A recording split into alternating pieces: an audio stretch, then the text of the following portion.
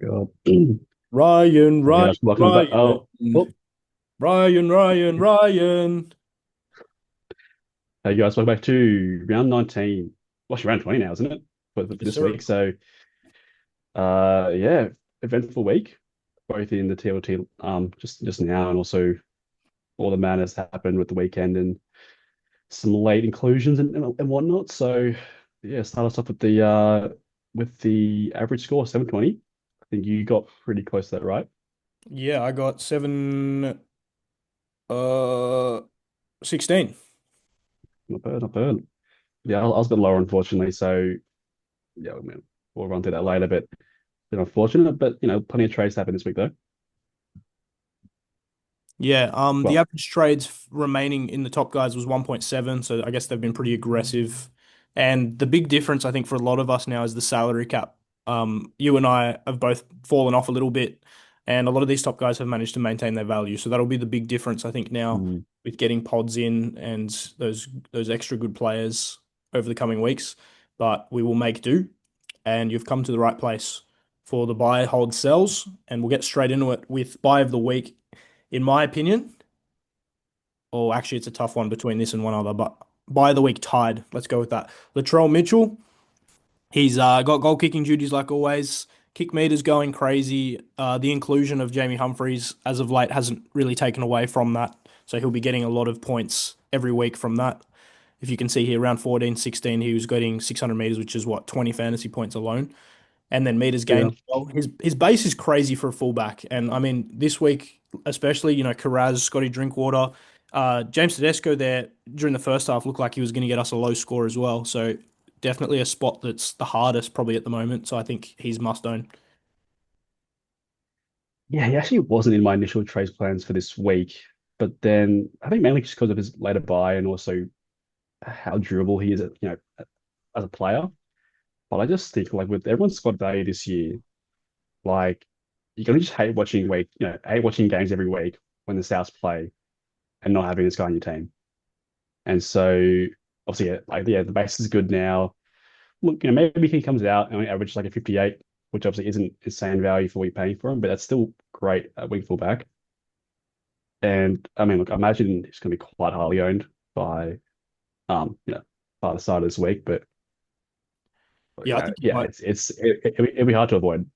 I think he might be the highest traded in. Also, I guess Not at the moment, yeah, but no, it's no. obviously it's early, but yeah, I guess while talking about the Rabbitohs, it's worth mentioning that Tallis Duncan's been moved to centre instead of Ewan Aitken, which for me I'm very happy with because I own Ewan Aitken and Tallis Duncan's been going crazy. So touch wood, that is a positive thing for owners of Ewan Aitken, but we shall see. Shouldn't affect Latrell Mitchell, I don't think really in any way. He'll continue getting try assists and tries as he normally does, and I also found that he has a decent turnover tackle. I think 0.7 is okay, considering I think you get 4 fantasy points for a turnover tackle. So yeah, that's an interesting little stat. Connor Watson, who you bought last week, tell me about him. yeah. I mean, unfortunately, it wasn't quite the role that you wanted as a buyer last week, where he went straight off for Zach Clay in the 75th minute. But obviously, there was backing up, so maybe going forward they might do a bit different. But 55 and like I think just pure base stats there. Yeah, so I can't complain about that at all. Obviously, I was kind of forced into that trade by with Brayley starting last week. Actually, yeah, well, we'll get to that later on. But obviously, I think Tino is a better buy, and I want Tino probably little bit more than Watson. But also, I don't know. Actually, I know could hook it back up for the rest of the year. So it's a nice, it's a nice DPP to have. He's still, I think, can average 55 to 58. So it's still good value. I think obviously this week though, you probably are still buying Tino over him. Yeah, and I think this is the last week to buy Watson, and I do think Tino is a better buy, and he's the reason that we have him next. Was considering him getting him last week, but then Yo with a late inclusion in, who controversially, I guess, who no one expected him and Cleary are actually out this week, uh, which also raises his stocks, even though his break even's high. He's going to be getting the minutes. I don't think that's a concern. He only played, what was it, 48 minutes off the bench with a solid 1 ppm. I think he'll be getting 60 to 70 probably this week, and it's a break even that's very reachable for him. He's done it a few times this year. He's got you have those players in the NRL where you look at them and you know they're just going to give it their all constantly, and particularly with players in the forwards and the lock role, we've seen it with Terrell May. They just score crazy points, and I think this man is out to win. Their schedule's not too bad. They're going to verse the Tigers twice. Yeah, he's my tied by of the week with Latrell Mitchell. Yeah, I mean, I guess the I mean, I'm bringing two players from Gold Coast myself, but the only concern with the Titans is like, you know, does Hasler even stay there for the rest of the year? They are dead last as well. So do they make some sort of changes? Probably not. And probably not to the guys, these guys that are buys like him, Campbell, and Thermal. But I think this week I'm not going to buy him just really because I only have four trades and I have other positions I want to bring in first. That's And with his break even, it's obviously it's not high, but I don't see him outscoring it. So next week, if he's like 10K cheaper, see, that doesn't mean that much, but I think I probably will just trade him next week again, just based on pure just trade cap, really. So Yeah, that makes sense. Um, I think we also have Thermal here as a buy coming up, but I'm almost thinking that I wait for him a little bit. I had a bit of issues in the past bringing Karaz in too early and then being screwed over with no centers. Now that Kidione and Dylan Lucas are out, centers are actually hard to come by. We have Karaz and Herbie, but obviously there's buys coming up. So Firma will be someone to buy, but I might be waiting for him just to make sure that he doesn't get injured, just to be super safe. But I think it definitely makes more sense to get him in this week over Tino otherwise. Um, yeah, I don't know. I feel like I'm contradicting myself here, but you weren't really a big fan of him at the beginning of the year, and I've sort of been rooting for him the whole time, especially with this 109 he got in round eight. Um, is this the person yeah, you're I guess you're looking for? yeah, I guess it's always just the fact that he can go back to center, and so that's just a bit of risk there that you don't really want. But I Yeah, think about again, like would I be buying him if Lucas was still playing? No.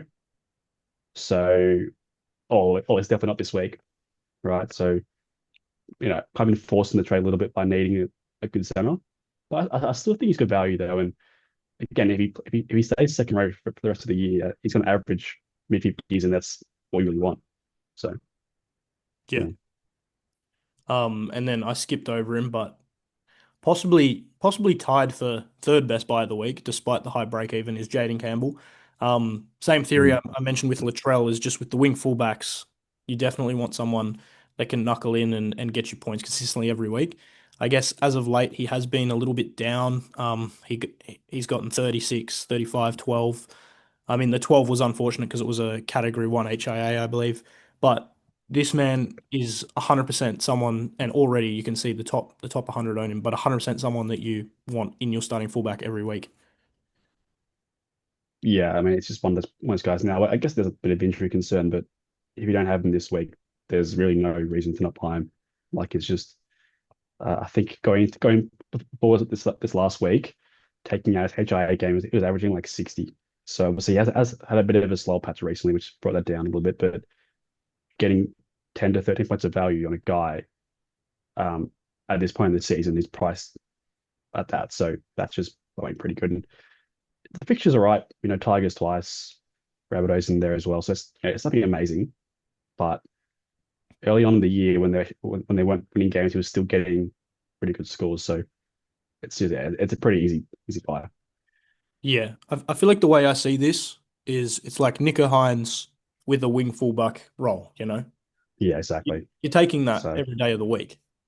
And yeah, I might actually have Nico Hines. I do. Look at that. What a perfect run into Nico Hines. I've got him here as a bit of a pod option. He's not someone I'm buying, but I think at the cheap price he is right now, historically over the last few years, he's been one of the top guys up on par with Cleary. I guess he's gone through a stage of a bit of a lower form, I'd say ever since Origin last year. But I mean, there could be a possibility that he's found himself again, 93 last week. His break even's probably going to be the lowest it's going to be for the rest of the year, I think, in terms of at this price point. And he is a bit of a pot option. He's not owned by too many people, but especially with Cleary out this week, he's definitely someone you can consider as I guess even an anti-Cleary play. Yeah, and obviously what 250k cheapers, which is pretty huge. I mean, even at his face value, he's priced at 48, is averaging 54 this year. So a bit of value there. And I guess, just yeah. I mean, he did look pretty good in the game.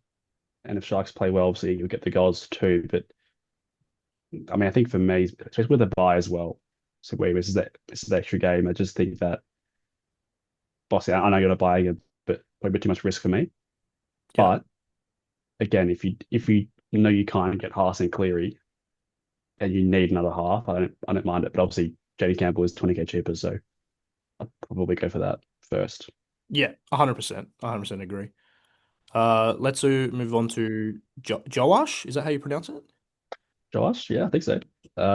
Yes, obviously in the 5/8 role, I think there was a press release by the coach about Dylan Brown and their sort of roles going on, but so he's leaving this year, next year, and I'm surprised if they just dropped him from the team completely, but it's what it is. And so yeah, I think he averages 47 in the reserve grade, which obviously is pretty good. I think quite a few tries in that, which I don't know how that translates to first grade, but again, it's a full cash out.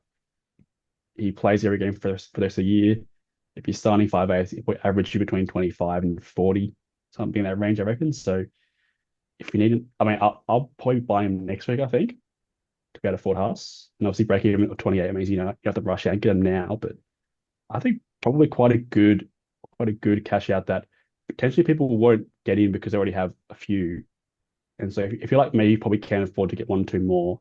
It can be someone that he scores quite well in his role. So it's a bit of a fun one that I definitely think should be considered for either this week or next week. Yeah, I think it's very addictive going for these cash out options. I still don't know if I'm sort of misaligned or maybe thinking differently, but I do still consider that maybe it's worth getting an infinite loop. We have Yeah, the Roosters guy with Loelu. He's not been playing. But yeah, I'm a Cleary and Haas short at the moment, so this is someone I definitely should be considering myself this week to help me get to them when they come back. Thank goodness that they're not playing this week. It actually helps me out quite a lot. Probably helps out a lot of the lower level people to try and catch up as well, to be honest. yeah, definitely. Is it? Town itself as well. See, breaking even is now down with Riley Smith starting. I imagine he'll play more minutes than Lussick did, so I can't see him getting that 51 minutes again. So I actually don't know if I rate him as a better buy now than Joash, but I mean it's pretty safe one. He's going to play 40 minutes, so he could probably and score you something. And so if you do need him in the last few games of the year, he might be all right. But obviously, I mean, again, you can't expect that much from cash out really. So it's fine, but nothing amazing now that he's still on the bench. Yeah, I definitely think Josh has overtaken him now as best cash out. Um, but he didn't gain any value because his break even was high, so they're Yeah, pretty close to each other. yeah, Um, and then I've got some people here I want to talk about that I think holds. I was considering Tarpany as a sell recently, but I mean, as you can see, most people in the top 100, 1,000 are also holding him. I think he's probably at his floor relatively. He might almost be a buy for some people as well. He's had a few weeks where he was a bit slower in terms of point scoring. He had the injury with his finger, and also their buy schedule made it so it was, I think, tough for him to get a lot of break time, so reduced minutes. And with the stretch home now, they do still have a buy, but the light the sorry the schedule's actually looking pretty good for them in my opinion. I think he'll definitely be averaging 50, 60 minutes, and with that ppm I think he can average a 60 plus for the rest of the year. yeah, yeah. It's a tough one. I guess like someone like AFB is probably in a similar boat where obviously again, I mean, obviously Yo's not playing this week, so you don't worry about it. But would you go from something like a Tarpane to a Yo just because then you know for a fact he's playing 80 minutes every single week at lock, whereas if Tarpane does play 45 minutes, then he's going to go a bit lower. So it's a tough one. I think obviously I wouldn't be trading him to like a Tino, uh, or like a Watson. I think that's just a bit too sideways. But again next week, if you could just go straight from Papua Yo, I think that's actually not the worst thing. But obviously, I don't own him, so I'm not really in that position. Yeah, maybe I'm a bit biased, but I think this is a space worth watching. I think he can go crazy. I'm hoping he goes crazy, but time will tell, I guess. Scotty Drinkwater, I have here as a similar reason. I think he's basically hit his floor. It is a bit annoying because um, I bought him with the intention that maybe he already had hit his floor and he was only going to go up. But basically, I think as soon as he bought him, he started not performing as well as he used to. He's very rocks and diamonds, so probably someone that I'll look to loop if I can. But yeah, definitely a hold with this break even this week. Yeah, I think. Well, yeah, I think I'm selling him, but I definitely think he's a hold objectively. The only concerning thing is, as I think I said to you on the weekend, that he averages 40 when Clifford's not on the side this year, and Clifford's still out. And again, they've gone back to the Purdue and Dearden combination again, and yeah, I don't think it's the best for his scoring. And I think Dearden went for like a career high kick meters last week, like 560. So if that is the role going forward, where Drinkwater kicks for like 90 meters a game, I don't see him really pushing back up to that average he's had at the start of the year. So I definitely think, yeah, obviously, if you can afford to on this week, definitely do. And obviously, he plays first, so you can loop him. But I know later on in the year they play other games on the Sunday, so that obviously makes it quite hard to loop. Yeah, So something to keep an eye on. that's a good call out. This is your man. Go for it. Yeah, someone I was very close to buying last week, but just decided that. Well, actually, no, he didn't play, so that's why I bought him last week. But uh, can average like really well, and even with clearing the side, even not not being on goals, he obviously is quite a an involved fullback who's quite good defensively as well. So I think again, it's like do you sell someone like Drinkwater and then bring in someone like Edwards? That probably isn't the best idea. No. But if you, I guess, kind of it depends how you prioritize Latrell, Haas, and Cleary. If you need to get Cleary and Haas in, and then for a fact you won't have the money for Latrell. I think Edwards is fine, but I've said ideally, I think you want all three of those, and so I don't think you can fit someone like Edwards in. But I mean, I think he definitely averaged more than 40 for the rest of the year. So there is that. Yeah, I feel like this is a case similar to Jerome Hughes, where I think he had a bit of an injury. He's sort of worked past it, and now he's at his full potential again. And you can see last year Dylan Edwards went crazy for a bit there before dropping off sort of this year a little bit, and it's looking like possibly he's back to his former self. Um, but yeah, I definitely prioritize other wing fullbacks over him. But it is an interesting pot option that could play out well. He has a low break even, so if you are going to do it, this is the week to do it, I think. Um, and then we've got Lachlan Galvin in here, not really as a buy, more so just as someone worth considering. I think there's a lot of switching possibly going on with Sexton and Galvin. I don't think they should have dropped Sexton, but if you look at his scores last year, like he has potential to go crazy. He's playing on the best side in the league at the moment, or at least they're in the top three. I can't keep track of this year; it's all over the place. I'm not going to be buying him, but definitely worth considering. Yeah, I guess it's kind of in that Hines camp where again, if you can't afford a Cleary and you want a half, but look, like at its best, he can average 50. And I really think that's what you want at this stage of the year. So yeah, it's a bit of a gross one, I think, but it's not bad value. So All right, I think we need to speed through the rest because we've got 10 minutes left. So I just have these three here to touch on because they're must owns over the next few weeks. Luckily, Isaiah and Cleary, or unluckily, depending on your team, aren't playing this week. Haas has the bye, but we should be looking to pivot into them soon, maybe with some cash outs. And then these last two here we have as sells, which is a bit rough because they're both centers and they're both probably at least Dylan Lucas was a big role in most people's teams within that center position, but he will be traded out. mm, He's not playing for the rest of the year. Um, yeah, so it definitely raises firmer stocks, definitely raises Kiraz and also Herbie. All right, let's get yeah, into plenty this. Herbie, eh? We Yeah. love Herbie. Um, some of us do, some of us don't. Yeah. like him up. I actually used the two trades in the end, even though a lot of plays loaded in that thing last week. So pretty straightforward. I needed a hooker and a mid to fill up my team.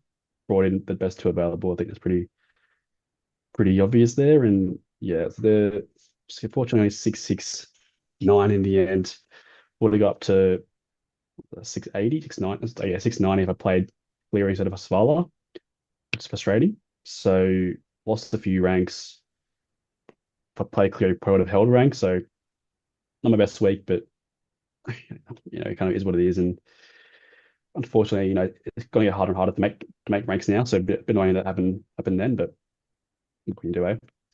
And Yeah. this week, obviously, gets some big trades planned.